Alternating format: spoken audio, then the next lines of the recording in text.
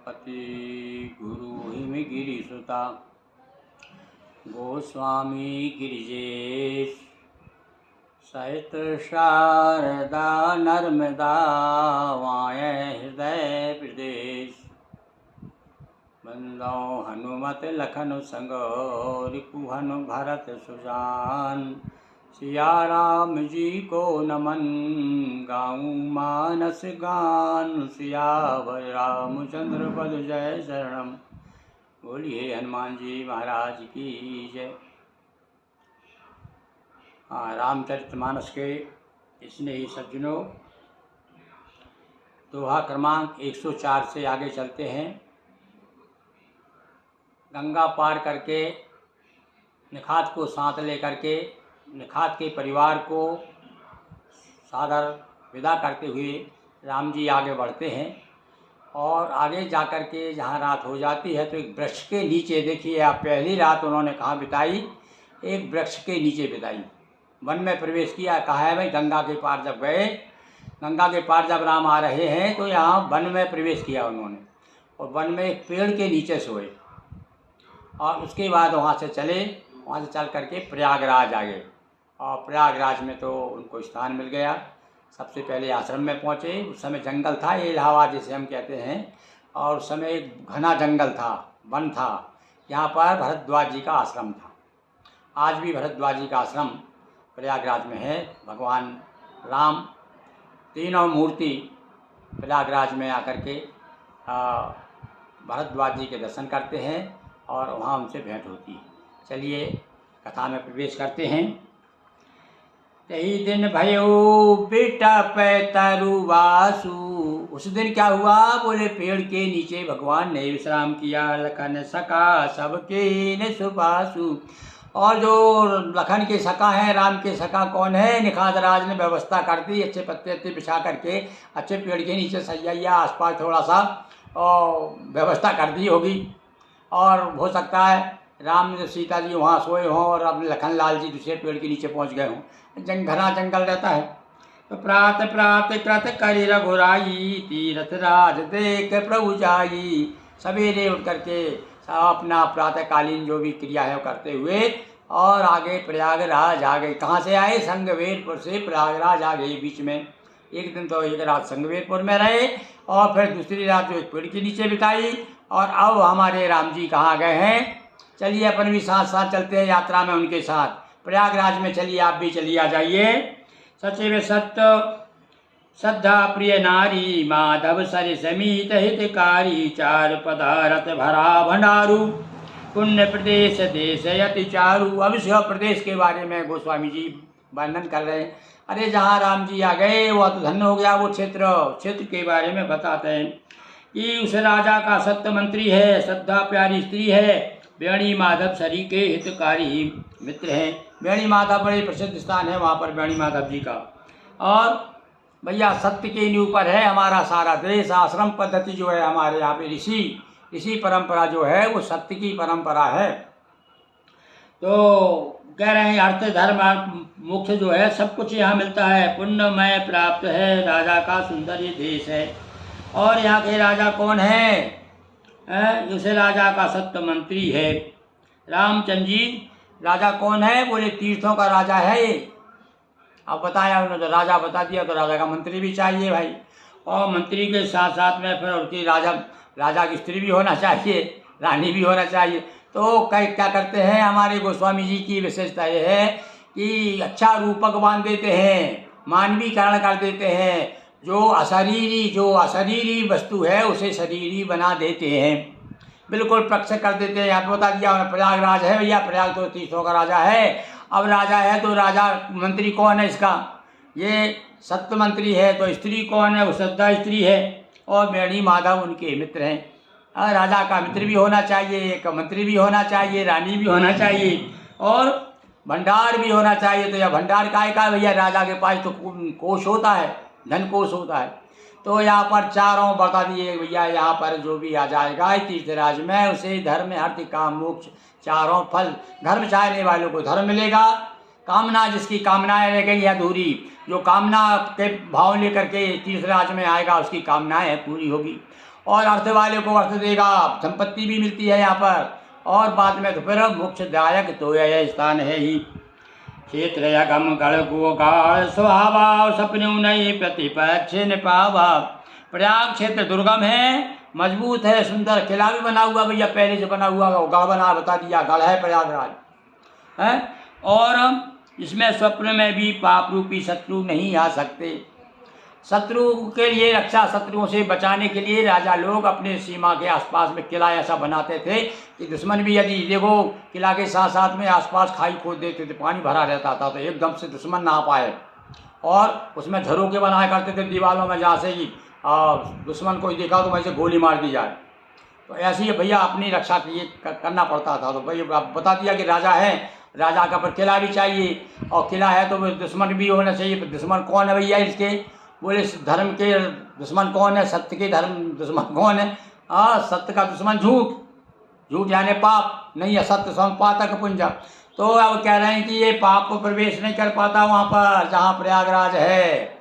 ये जो राजा रहते हैं और वो एक किला है उनका, दुर्गम मजबूत सुंदर गढ़ किला है प्रयाग क्षेत्र। क्षेत्र जो है पूरा का पूरा क्षेत्र समझ लो किला है। उस क्षेत्र में जो भी आ जाएगा उसकी रक्षा होगी, उसका पाप कुछ भी नहीं कर सकते। वहाँ पुण्य ही पुण्य है, धर्म ही धर्म है, और संपूर्ण तीर्थ ही। सैन सकल तीर्थ बरवीरा करो सैनिक दलन रणधीरा। अब पूरा एक बता दिया कि राजा है तो राजा की सेना भी होती है, राजा का किला भी होता है, रानी भी होती है, मंत्री भी होते हैं, सब एक रूपक बना दिया उन्होंने। तो इस प्रकार से इतना सब कुछ यहाँ जितने भी तीर्थ है ना, ये सब सेनाएँ हैं उनकी। तो सेना, पहले तो सेना से आपको जूझना पड़ेगा तब राजा के पास पहुंचता है, पहले तो सेनापति को मारो। तो दुश्मन लोग जो हैं पाप रूपी दुश्मनों प्रवेश नहीं कर पाते। संगम सिंहासन सुधि सोहा। आप देखो ध्यान गया उनका, लोगों ने पूछा होगा महाराज राजा तो बना दिया आपने ही, तीरंदाज राजा है, तो अब राजा सिंहासन पे बैठते हैं, क्या सिंहासन? अरे बोले महाराज सिंहासन ये गंगा यमुना सरस्वती तीनों नदियाँ जहाँ संगम है, यही उनका, यहीं पर विराजमान होते, खास यही सिंहासन है। राजा के दर्शन करना हो, खास प्रयाग कहने का अर्थ है प्रयागराज के दर्शन करना हो तो पहले गंगा जी के संगम पे जाइए। और छत्र वखा छह बटे मुझे देखो बाबा, कवि की कल्पना देखिए, ये जो तना हुआ है ना, जो बड़ का वृक्ष है ना, ये समझ लो है राजा का छत्र है। अक्षय वट है भाई, वो भी हमारे कहते हैं अक्षय वट है। अब तो पहले तो बंद था, अब कुछ खुल गया है, बताते हैं। चवर जमुन यरु गंग तरंगा देख हो ये दुखदार भंगा। क्या देखिए एक राजा का पूरा वर्णन कर दिया, क्योंकि भैया उस समय अशासन काल था, राजाओं का शासन था, मुगल काल था इस समय लिखे।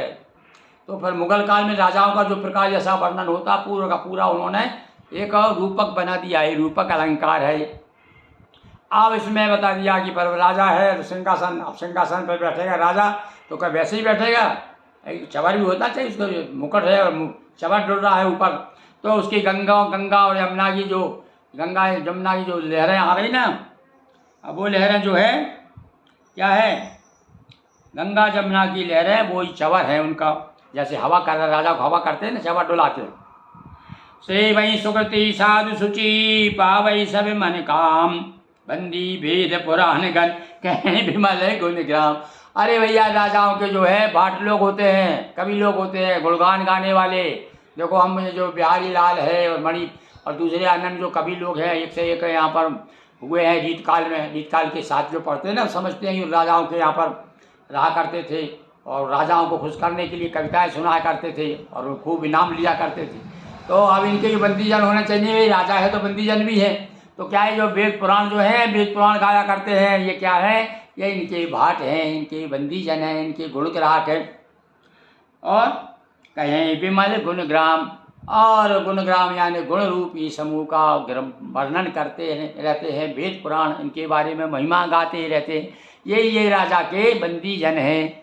अब कितनी सुंदर एक रूपक राजा का पूरा कह दिया। फिर से देख लीजिए, अब आप एक राजा है, राजा का मंत्री कौन है, उसकी स्त्री कौन है, उसका वो क्या है, सारा मतलब इसके माध्यम से बता दिया कि ऐसा ऐसा है। और यहाँ पाप रूपी दुश्मन प्रवेश नहीं कर सकता, ऐसा गढ़ भी है। और गढ़ और वहाँ पे सैनिक भी बता दिए, चवर भी डुल रहा है, सिंहासन भी है, तो पूरा ऐसा वर्णन कर दिया। बड़ा सुंदर रूपक जो है, इसलिए तो कहा है कि बड़े बड़े विद्वान यदि ये धार्मिक हो ये जो धार्मिक ग्रंथ है तो ये साहित्यिक ग्रंथ भी है भाई। इतना बड़ा कवि भी कोई, कालिदास के बाद में तो मैं समझता हूँ कालिदास के बाद में तुलसीदास ही एक ऐसा कवि हुआ जिसकी एक एक कविता पे 10-10, 25-25 लोगों ने अर्थ करते हुए सुना है हमने। कविता का अर्थ यही है कि कविता जो है ओम अक्षर ब्रह्म होता है, ब्रह्म की व्याख्या करते रहो, नेति नेति। ऐसे ही कविता के बारे में भी बड़े सुंदर सुंदर उपमाएँ और उत्प्रेक्षा अलंकार और शब्दालंकार और ज़्यादा अतिशय अलंकार, अतिशोक्ति अलंकार। क्या होता है अतिशोक्ति अलंकार? बात को बहुत बड़ा चढ़ा कर कहना। जैसे कहता अरे तू तो बहुत दुनिया भर की बात कर रहा है। अरे अभी दुनिया भर की बात क्या है? एक आदमी क्या पूरी दुनिया की बात एक साथ कर सकता है क्या? यहाँ अतिशोक्ति बातों को बड़ा चढ़ा करके, एक दिवस का मास दिवस का दिवस हुआ, मरम न जाने कोई है, 1 महीना का दिन हो गया, क्या है अतिशोक्ति अलंकार? तो भैया जो साहित्यकार है वो तो उसका अलंकार ढूंढेंगे और जो भक्त हैं वो मस्त हो जाएंगे कि हाँ भैया, क्योंकि सूर्यवंश में जन्म लिया है तो सूर्य भगवान इतने प्रसन्न हो गए कि वहाँ से टसमस नहीं हुए, उनके घोड़े आगे बढ़े ही नहीं। तो दोनों अर्थ है, भक्ति क्षेत्र का अलग अर्थ है और अलौकिक, ये अलौकिक अर्थ हुआ। लौकिक और अलौकिक देखो बताना भाई, नर और नारायण दोनों को साथ साथ चल रहा है, दोनों रूप चल रहा है भैया रामायण में। आप भूल ना जाएं तो बीच बीच में हमारे गोस्वामी जी बता देते हैं अरे परम ब्रह्म है, ये बिल्कुल दशरथ के राजकुमार मत समझो। और नहीं तो कभी से पूछा कि राम कौन है, तो बोले एक राम दशरथ का बेटा और एक राम घट घट में लेटा। तो ये एक वो वाला बता रहे हैं कि एक वो है एक वो, पर ऐसा नहीं है यहाँ पर। यहाँ तो एक ही है, वो यही दशरथ के बेटा है और यही घट घट में लेटा है। तो ऐसे राम जी का सुंदर वर्णन कर रहे हैं कि राम जी आ गए हैं, प्रयागराज आ गए हैं और एक प्रयागराज का राज लगा हुआ साहब, यानी यहाँ पर बहुत से यज्ञ बहुत हुआ करते थे, इसलिए इसका नाम प्रयाग है। विशेष यज्ञ की भूमि है, इसलिए इसका नाम प्रयाग है। तो ये तीर्थों का राजा बताया गया है। तो अब इसलिए अब आगे की कथाओं आपको बताते हैं। यहाँ तो हो गई वर्णन हो गया, अब आगे को कह सके और आप धीरे वो भी कह दिया, थोड़ी इतनी तारीफ कर दी और फिर आगे कहते हैं भैया प्रयागराज जो राजा ही है, जो राजा के बारे में क्या कह सकता है? प्रयागराज के प्रभाव का वर्णन मैं कर ही नहीं सकता, असमर्थ हूँ, ऐसा कह के लेखनी एक तरफ रख दी गोस्वामी जी ने। बोलिए सियावर रामचंद्र की जय। और अब हम भी थोड़ा विश्राम करते हैं, कल फिर आपको 105 दोहे से आगे बढ़ेंगे अपन। लीजिए, अब ये जो आनंद है, इतना आनंद आपको प्रवचनकार नहीं बताएंगे।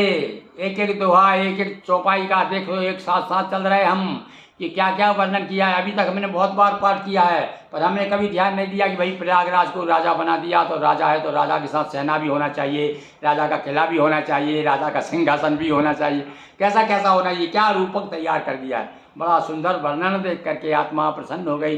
बोलिए सियावर रामचंद्र की जय। यदक्षरं पदं भ्रष्टं मात्राहीनं च भवेत् तत्क्षमतां देव प्रसीद परमेश्वरः। हर हर महादेव शंभो। नर्मदा महारानी की जय।